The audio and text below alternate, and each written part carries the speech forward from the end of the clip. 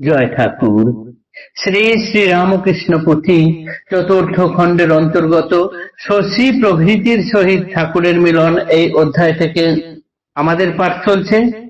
আজ আমরা এই অধ্যায়ের পঞ্চম দিন পাঠ করব। পৃষ্ঠা 432, পর্ব সংখ্যা 662। এর আগের পাঠে আমরা দেখেছি কালীঘাটের পূজারী তার নিজের আয় কমে যাওয়ার জন্য ঠাকুরের প্রতি প্রতিহিংসা পরায়ণ হয়ে উঠেছিলেন এবং নির্জনে দেখে তার শরীরে আঘাত করেন। তাই পুথিকার বলছেন যে যাকে দেখলে পরে আমাদের মাথা অবনত হয়ে যায়, তার পায়ে মাথা লুটে যায়, সেই রকম প্রভু শরীর তুমি স্পর্শ করলে কেমন হবে? হে পামর, তুমি ব্রাহ্মণ নামের কলঙ্ক, তুমি নরকের কীট, নারকীয় তোমার চিন্তা ভাবনা, তোমার এই আচরণ অতি নৃশংস। তারপর তিনি ঠাকুরের জয়গান গেয়েছেন এবং বলেছেন, তোমার যে জয়গান গাইব, গুণগান গাইব, স্তুতি করব, সেরকম বিদ্যাও আমার নেই। তাই ভয় হয়, তোমার অভয় পদে মিনতি করি, যেন তোমার পদে সর্বদা মতি রেখো, ভক্তি রেখো। পরজন্মে যা হই না কেন তাতে কোনো ভয় নেই, কিন্তু তোমার পদযুগল থেকে যেন বঞ্চিত করো না। যদিও তিনি পুথিকার বলছেন ব্রাহ্মণ, আমি ব্রাহ্মণ, কিন্তু কাজের জন্য আমাকে কামিনী কাঞ্চন আসক্ত হতে হয়েছে, যজ্ঞসূত্র ধারণ করেও। তাই তোমার কাছে মার্জনা ভিক্ষা করছি এবং প্রার্থনা করছি যে জনম জনম যেন তোমার পদযুগলে আমাদের মতি ভক্তি থাকে। তারপর আজকের পাঠ।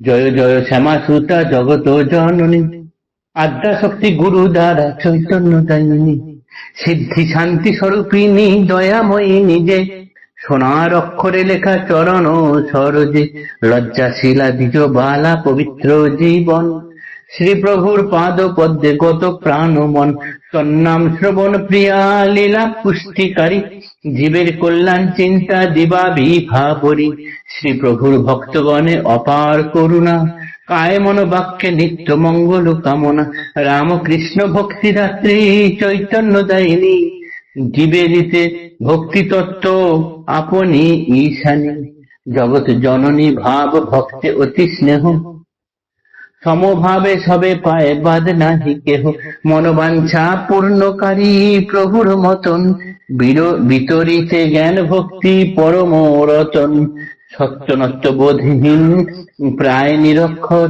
কুঞ্চিত মলিন আত্মা পরম পামর, সর্ব অপকর্মকৃত নাহি কিছু বাদ, এমন যে আমি তারও পুরাইলে সাধ, লিখাইয়া লীলা গীতি সুধার ভান্ডার, প্রচারিতে আপনার মহিমা অপার, আদিম চরিত্র মোর হইয়া বিদিত, যদি কেহ পরে এই রামকৃষ্ণ গীত, সহজে বিশ্বাস তাঁর হইবে অন্তরে, গেয়েছিল রাম নাম বনের বানরে, শ্রীঅঙ্গেতে অত্যাচার লীলা আন্দোলনে, বড়ই বাজিল আজি বজ্রাধিক প্রাণে, সেই হেতু শ্রীচরণে করি নিবেদন, পটেতে প্রভুর মূর্তি করি দর্শন, হেলায় শ্রদ্ধায় কিবা যে করিবে নতি, তার যেন হয় রামকৃষ্ণ পদে মতি, এদিকে যেমন জীব পাতকী পামর, তেমতি শ্রী প্রভু দেবে করুণা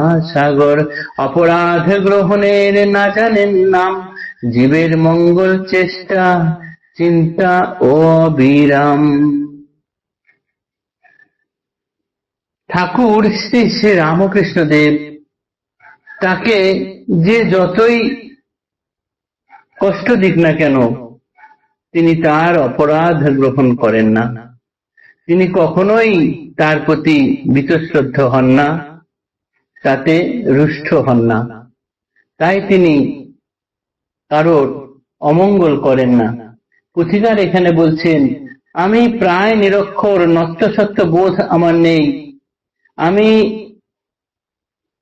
অতি অল্প কিছু জানি, এবং কামিনী কাঞ্চনে আসক্ত একজন সাধারণ জীব, সেই আমার মতো মানুষকে দিয়েও তুমি তোমার লীলাগীতি লিখিয়ে নিলে, আমার মনোবাঞ্ছা পূর্ণ করলে।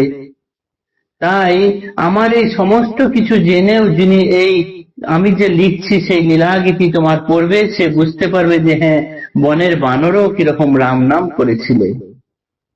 শ্রীঅঙ্গেতে অত্যাচার লীলা আন্দোলনে বড়ই বাজিল আজি বজ্রাধিক প্রাণে। ঠাকুরকে যে আঘাত করেছেন নির্জনে পেয়ে ওই ব্রাহ্মণ, সেই কথা পুথিকারের এখানে লিখতে গিয়ে পুথিকারের বড়ই প্রাণে বেঁধেছে। তাই তিনি অনেকক্ষণ ধরে ঠাকুরের জয়গান করছেন, জয়গান লিখছেন এবং ঠাকুরকে বলছেন, তুমি নিজে তো সকলকে ক্ষমা করো, আমাকেও ক্ষমা করে দাও। তাই তোমার এই লীলা আন্দোলন লিখতে গিয়ে তোমার শরীরে আঘাত করেছে, সেই কথায় আমার খুব প্রাণে লেগেছে।